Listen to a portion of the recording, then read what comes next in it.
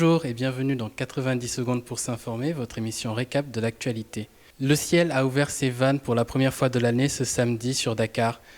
Les citoyens de la banlieue dakaroise, qui est particulièrement propice aux accumulations d'eau de pluie, réclament l'aide du gouvernement afin de lutter contre ce fléau.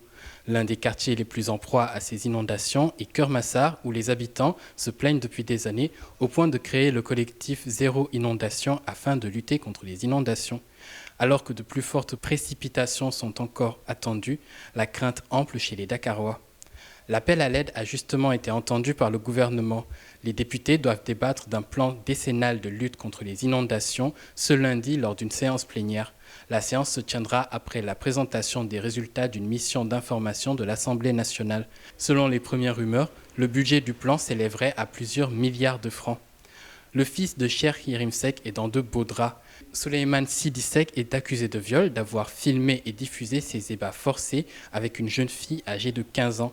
L'affaire a fait grand bruit ces derniers jours dans le pays, conduisant le père de l'accusé, Cheikh Yérim Seck, à animer une conférence de presse ce lundi à la Maison de la Presse qui a été finalement reportée.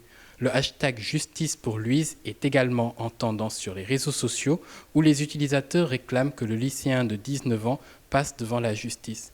C'était 90 secondes pour s'informer sur votre chaîne YouTube scendirect.com.